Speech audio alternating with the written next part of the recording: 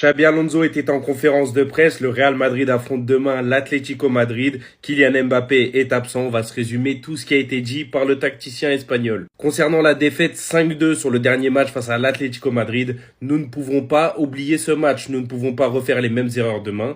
Demain sera une toute autre histoire, j'en suis sûr. Nous espérons pouvoir récupérer Kylian Mbappé au plus vite. Nous avons essayé de voir s'il pouvait jouer à ce match, mais c'était impossible. Alors nous verrons après cela. Je suis sûr à 100% que le match de demain ne sera pas comme celui du 5-2, ce sera un match disputé et amusant. Concernant le moment où il a demandé à Vinicius de plus presser contre le Betis, c'est parce que c'est absolument fondamental que tout le monde presse ensemble. Nous devons être compacts, proches les uns des autres et travailler dur ensemble. C'est comme ça que nous pourrons être compétitifs. Nous avons besoin que Vinicius soit au meilleur de sa forme demain, il est tellement important pour nous, nous avons besoin qu'il s'amuse car lorsqu'il s'amuse, il crée tellement de dangers. Concernant Carvajal, il est avec nous en ce moment mais nous ne voulons pas le faire revenir trop tôt. On lui a posé la question pourquoi ce coup de mou après un excellent début de saison. Une saison est faite de nombreuses phases, il y a des imprévus, les blessures nous obligent à adapter nos tactiques, notre stratégie de jeu change, nous sommes désormais confiants de pouvoir redresser la situation. Concernant notre milieu de terrain, nous avons beaucoup de profils différents, vous verrez qui sera titulaire demain. Bon les Madridistas, la question c'est la même à chaque fin de conférence de presse.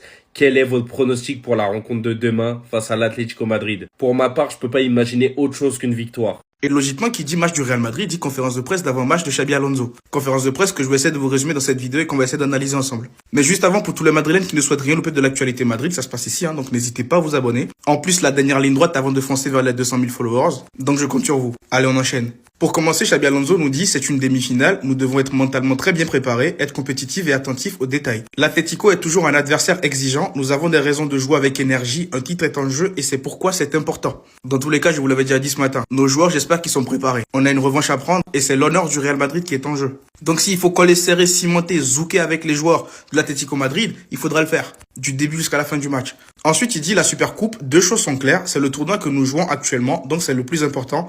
Dans la saison, c'est le 4e bien sûr, mais c'est celui que nous avons maintenant. Donc c'est la priorité absolue, nous devons faire un bon match. Ensuite, je crois que les journalistes lui posent une question sur Kylian Mbappé et il répond « La situation dépend du moment, nous devons l'évaluer. Nous sommes là et nous voulons le récupérer au plus vite. Notre priorité est la demi-finale et la victoire pour accéder à la finale. » En gros, il a complètement boycotté la question. Ensuite, les journalistes lui font un petit rappel sur la défaite du Real Madrid 5-2 là en début de saison. Et il dit, nous voulons jouer différemment. Nous avons commis des erreurs dans certains domaines et nous en sommes pleinement conscients afin de ne pas les reproduire. Nous voulons jouer à un niveau supérieur, mais je suis certain que nous montrerons une meilleure version de nous-mêmes et que ce sera un match disputé. C'est le meilleur moment pour relancer notre saison. Et on compte sur toi, Xabi Alonso, ainsi que sur tes hommes. Dans tous les cas, si tu fais n'importe quoi, le lendemain, on va entendre « Here we go, il a été viré ». Carvajal, il va mieux. Il pourrait jouer un peu, il faut respecter le processus. Il reste beaucoup de matchs, on ne veut rien forcer, mais il est prêt. Dans tous les cas, vu son âge, vu à quel point son corps a du mal à suivre aujourd'hui, vaut mieux ne pas le précipiter. Laissez-le tranquille où il est, on arrive à se débrouiller en attendant sans lui. Quand il sera prêt, il sera totalement de retour à 100%, on verra à ce moment-là. Et pour terminer, les journalistes lui ont posé la question sur Vinicius Junior et sa prolongation de contrat. Et il répond tout simplement, la saison est encore longue, Vini va être important, on a besoin qu'il soit au top de sa forme, qu'il prenne du plaisir sur le terrain.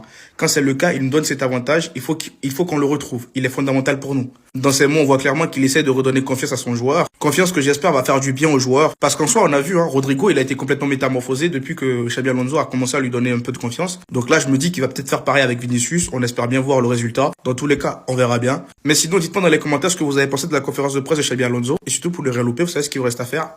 Allez-y, gagnez. Gagnez-le ce match, le Real. Allez-y. On attend que ça. Gagnez-le. Ce derby, vous allez le gagner. Et venez. Venez seulement. Maintenant, si vous perdez ce match, je vous soupçonne d'avoir fait exprès pour nous esquiver. Voilà, je mélange tout. On attend que vous. On n'attend que ça. Vous avez fait les malins, vous nous avez battus 2-1. On avait v'là les blessés, on n'avait pas notre goal. On n'était pas au top de notre forme. Ok, vous nous avez battus, bien joué. Venez. Battez-les, s'il vous plaît. Battez-les, s'il vous plaît. On va se régler. On va se régler sec. Ils vous attendent. Ils sont en pétard. Ils vous attendent. Lui aussi, il vous attend d'ailleurs. Il est en pétard, il vous attend. Lui aussi, il vous attend. Il a qu'une envie, c'est que vous passiez. Il vous attend. On vous attend tous. On n'a qu'une envie, c'est que vous battiez l'Atlético. Il n'y a même pas de hate watch. Si vous perdez, évidemment que je vais venir me la racler sur vos côtes. C'est plus fort que moi. Même si là, j'ai envie que vous le gagniez ce match. Parce que là, si vous passez, vous arrivez en finale, on se règle. C'est simple, c'est clair, c'est efficace. C'est ça qui va se passer. Donc maintenant, allez-y, gagnez. Osez gagner. Venez.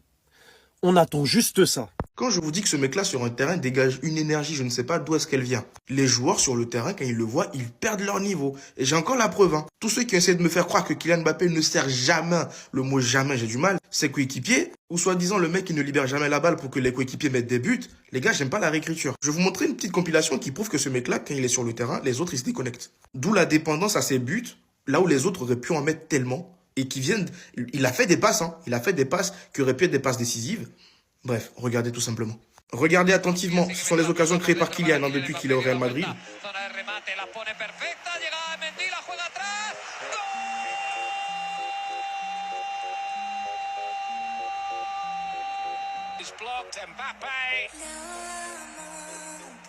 Ça, je me rappelle ce but aussi.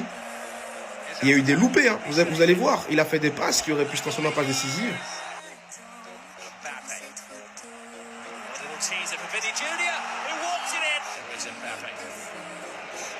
Là, il va faire une bonne passe, là. Je crois que c'est Brahim. Non, Vasquez. Et Vasquez pour Brahim ensuite, je pense. Non, Kylian pour Brahim. Une très belle passe en plus. Là, c'est pareil. Brahim, il a fait n'importe quoi. Voilà.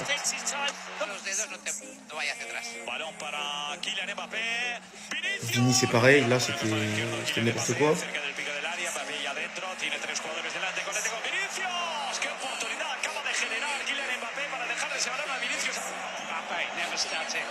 Là, je sais pas à qui il envoie. Ah, Mastantuono, celui-là, il est très flagrant. C'était pour Valverde.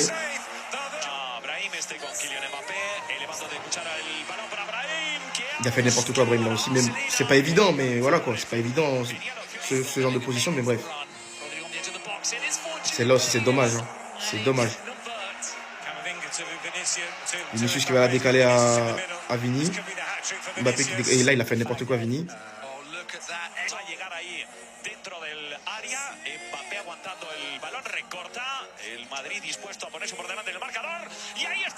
C'est une dinguerie. Là, il y aurait eu un Gonzalo Garcia ou je sais pas qui, là, la main.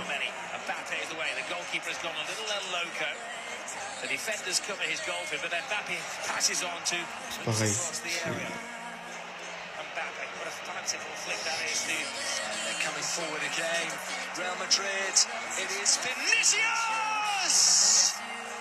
There's daylight now. A chance perhaps for Real Madrid to break.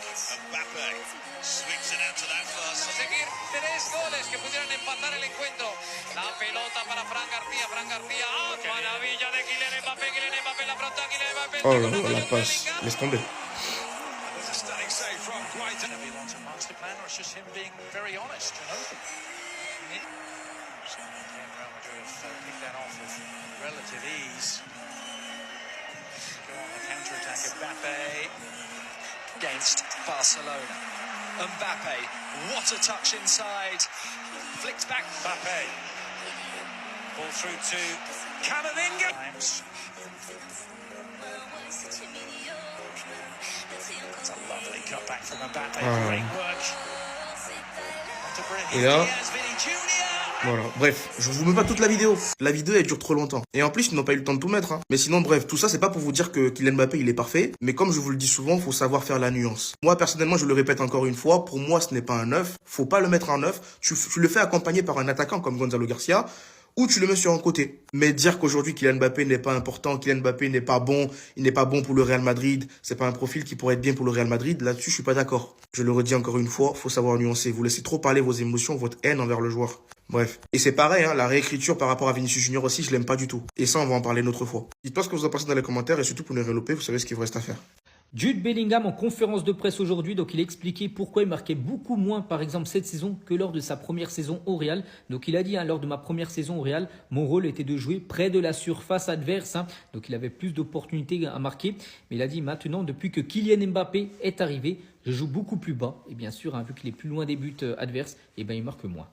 Toujours avec le Real Madrid, on va parler de Rudiger. Et on apprend aujourd'hui, d'après Mario Cortegana, qui est un journaliste espagnol, que Rudiger a pris des calmants chaque jour durant 8 mois, la saison dernière en gros, des médicaments pour que ça lui calme la douleur. Il a dû jouer avec des calmants en gros. Il a continué jusqu'à son opération du genou en avril. Toujours en Espagne, on va parler cette fois-ci du programme des huitièmes de finale de la Coupe du Roi qui a été effectué là il y a quelques heures. Donc voici toutes les affiches. Tiens, par exemple, le Real Madrid affrontera l'équipe d'Albacete. C'est une équipe de deuxième division où joue un certain Valero, qui est ancien joueur du Real Madrid. Donc en autre grand club espagnol, bien sûr, le Barça jouera contre le Racing de Santander, également deuxième division espagnole. Et l'Atlético, eux, joueront contre le Deportivo La Corogne. On a eu le droit à la conférence de presse de Jude Bellingham et Xabi Alonso. Revenir sur les sujets qu'ils ont abordés avant le match face à l'Atlético Madrid. Poser la question à Bellingham sur Vinicius et ses dernières performances. Bellingham a protégé son ami. Il a dit que c'est un joueur électrique, 0 but, mais qu'il fallait pas tout jeter. Il y a des passes décisives, il crée du danger. Que lui et ses coéquipiers doivent l'aider. Aussi poser la question sur le fait qu'il marquait moins de buts que lors de sa première saison. Que lors de sa première saison, son rôle était de jouer plus près de la surface adverse. Maintenant, l'arrivée de Kylian, il joue plus bas. T'essayes de jouer plus bas. Expliquer que c'était un nouveau rôle pour lui et qu'il devait couvrir d'autres zones du terrain car maintenant, il y a un attaquant comme Mbappé qui marque des 50 buts par saison. Les journalistes ont posé la question sur les rumeurs des tensions dans le vestiaire. Bellingham dit que l'ambiance est positive, il travaille pour progresser et qu'il s'entend avec tout le monde. S'il y a un problème, ils se réunissent et ils en parlent. Il va pas venir en conférence de presse et dire clairement « Ouais, on s'embrouille, on se tire dessus ». Le terme « l'ambiance est positive », ça me laisse perplexe. Ils sont revenus sur la vidéo qu'a tournée où Xabi Alonso demande à Vinicius de presser. Xabi Alonso a répondu « Oui, absolument, c'est fondamental que tout le monde presse ». Xabi Alonso, garde la même énergie avec tout le monde, s'il te plaît. Comment t'as dit à Vinicius de presser? Je veux que quand Kylian Mbappé soit de retour, s'il ne presse pas, tu lui fasses la même chose. Mais sinon, il a raison, c'est fondamental. Tout le monde doit presser. Dites-moi ce que vous en pensez des termes de Xabi Alonso et Bellingham et n'hésitez pas à vous abonner. C'est le duo madrilène, on donne la voix, venez suivre. Derby madrilène en Supercoupe. Voyons voir les points faibles et les points forts de l'Atlético, l'adversaire du Real. Sur les 5 derniers matchs, l'Atlético, les gars, c'est 4 victoires et 1 nul. Après leur début de saison compliqué, ils sont repris en main. Comme vous pouvez le remarquer, lors de tous ces matchs, à part un, celui face à Girone, l'Atlético a pris des buts. La défense n'est plus aussi solide qu'avant. Cholismo n'est pas mort, mais c'est plus aussi costaud. Il est loin de celle qu'on a connue à ses plus grandes heures. Le dernier match face à la Sociedad, voici la compo qu'ils ont alignée. Simeone maintenant aligne Sorloth et Alvarez. C'est qu'à une époque, il alignait que Alvarez. Et bon, il devait un peu tout faire tout seul. Maintenant, il a un point d'appui avec Sorloth, ce qui l'aide vraiment. Quoi, un petit peu un problème comme le Real. Ils ont un problème de créativité. Pourtant, ils possèdent des joueurs tels que Baena qui est là pour ça. Alvarez ou encore Giuliano. Une fois que cet Atlético affronte un bloc bas, les difficultés, je vous dis pas. Par contre, leur arme fatale, c'est toujours la même. Les contre-attaques, les gars. Les transitions font toujours aussi mal sur ces phases de jeu. Le jeu que Xabi Alonso essaye de mettre en place, c'est parfait pour l'Atlético. Où tes deux défenseurs centraux sont à la ligne médiane. Donc, va falloir faire très attention dans le dos. Pas perdre de ballon bête, car ça va aller très vite derrière. Si tu arrives à imposer ton jeu, cet Atlético-là, tu les bouffes. Lorsque tu arrives à faire circuler le ballon, cette équipe-là, à un moment donné, est câble. En fait, ils n'arrivent pas à tenir, ils pètent un plomb.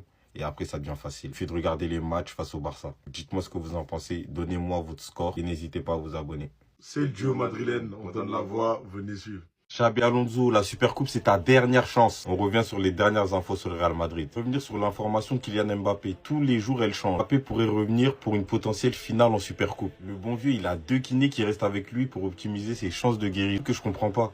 Laissez-le soigner normalement. Toujours forcer son retour. Blessé, il est blessé. Il va revenir à son rythme. 2 semaines, 3 semaines. Et après, il revient. Le Real, et même lui peut-être, force pour qu'il revienne plus vite. Et c'est plus risqué. Le grand test pour Xabi Alonso, c'est la Supercoupe. Son avenir dépendra de ce qui se passera. Il y aura une pression particulière sur Xabi Alonso. Puisque le dernier match face à l'Atlético, tu t'es fait masser les fesses. Donc là, Xabi Alonso devra prouver et prendre sa revanche. Si le Real atteint la finale, il y aura 4 matchs en 10 jours. Donc je me pose, c'est dans ces 10 jours qui va rester et qui va se blesser, les gars. Mercredi soir, tu joues en Coupe du Roi. Samedi, tu joues en Liga. Et mardi soir, le retour de la Champions League face à Monaco. Espérant que ces 10 jours-là nous épargnent des blessures. Parce que déjà, on a le retour de Trent et Carvajal. J'ai pas envie que quelqu'un d'autre aille à l'infirmerie. La forme qu'il n'y a rien entre Chelsea et Vinicius. La rumeur était fausse. Ça m'étonne pas. Mais bon, je voulais juste voir qui allait dire Vinicius, faut qu'il parte, faut qu'il reste. Donc là, je me pose la question. Faut qu'il parte ou qu'il reste? N'hésitez pas à vous abonner et n'oubliez pas, les gars. C'est le duo madrilène, on donne la voix, venez suivre.